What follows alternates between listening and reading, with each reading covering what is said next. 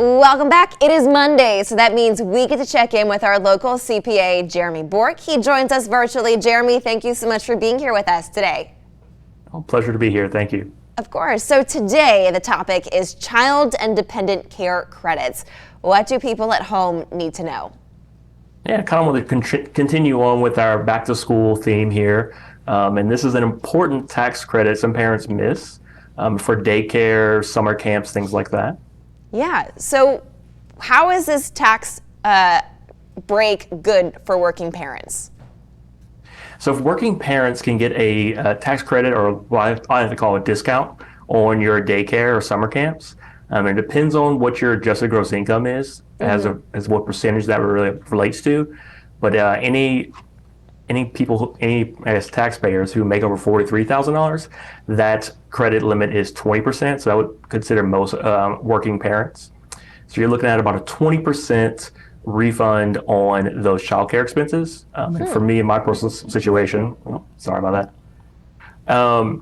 For our personal situation, we pay about $6,000 a year in childcare costs, and that equates to about a $600 refund for us. So kind of a little bit of an 8% discount on your childcare cost. Yeah, and what are qualifying expenses for this type of credit? So I would consider daycare. I'm so sorry. No, it's okay. It's live TV. It happens. All right. What are some of those qualifying expenses? Daycare, summer camps, household employees, like if you have an in-home babysitter. Yeah. Or just babysitters for the weekends. And is there a maximum amount of qualifying expenses? Yes, there are. For one child, $3,000 is your maximum, and for two children, two or more children, the maximum is $6,000. And what information would you need to kind of file this? Would you need like the care provider's information? What would people need to, I guess, that's the big kicker, right? Yeah. Everyone spends money on babysitters, but babysitters generally don't file tax returns. Okay. So they don't want to give you their tax ID numbers, things like that. So it's very important to talk to your CPA about it or other tax professionals.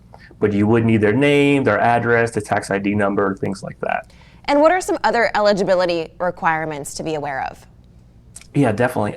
So there are, it needs to be a qualifying child or dependent that you claim on your tax return, be you 13 years or older, or younger. And then both parents need to have earned income. That's the biggest qualifying issue, is that, sometimes there's one working parent and one is not. So it's considered the maximum qualifying expenses are limited by the lowest earner of the family. And Jeromy, we're out of time, but how can people contact you? They can give us a call, 337-362-5005. Jeromy, as always, thank you so much for sharing some tax tips with us every Monday. Thank you. If you at home want to rewatch this, head to our website, klaf.com. But let's take a look outside with Adam and Olivier.